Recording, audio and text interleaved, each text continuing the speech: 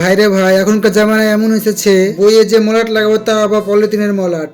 যখন আমরা স্কুলে পড়াশোনা করতাম মানে 2012-13-তে, তখন আমরা বইয়ে মলাটই লাগাতাম না। যদি বইয়ে মলাট নাও লাগাতাম তবুও বইগুলো সুন্দর হয়ে থাকতো। যদিও বা বইয়ে মলাট লাগাতাম, মুদিখানা দোকানে যে কাগজে করে চানাচুরগুলো দেয় না, ওই পেপার গুলো আমরা বইয়ে লাগাতাম। আর তখনকার সময়ে আমাদের নিজের বইয়ে নিজের মলাট লাগাতাম। আর এখন আমার নিজের বইয়ে কোনোদিনও মলাটই লাগাই না, কিন্তু আজকে আমাদের ভাগ্নেদেরকে আমি মলাট লাগিয়ে দিচ্ছি। এখনকার ছেলে পেলেদের তো পড়াশোনা হয় না, কিন্তু তাদের বইয়ের অবস্থা দেখলে মনে হয় তারা সারাদিন বই নিয়ে পড়ে থাকে এবং পড়াশোনা করে, মানে বইকে ছিঁড়ে একেবারে হালাত খারাপ করে দেয়। আর আমাদের সময় স্কুলে একবার বই কিনলে সারা বছর চলে যেত, আর এখনকার ছেলেপেলেদেরকে বছরে 2বার বই কিনতে হয়, না হলে তো তাদের বই খুঁজে পাওয়া যাবে না। তাদেরকে যদি বছরে একবার বই কিনে দিই তাহলে বইয়ের যে 50 খানা পৃষ্ঠা থাকে, আর যদি তাদের বছরের শেষে বইয়ের অবস্থা দেখি তাহলে খুব জোর টেনে টেনে 10 খানা পৃষ্ঠা পাবো। এই হচ্ছে ছেলেপেলেদের এখনকার অবস্থা। আর হ্যাঁ, তোমরা এবার কমেন্ট করে বলো, তোমরা যখন পড়াশোনা করতে তখন বছরে কয়বার বই কিনতে?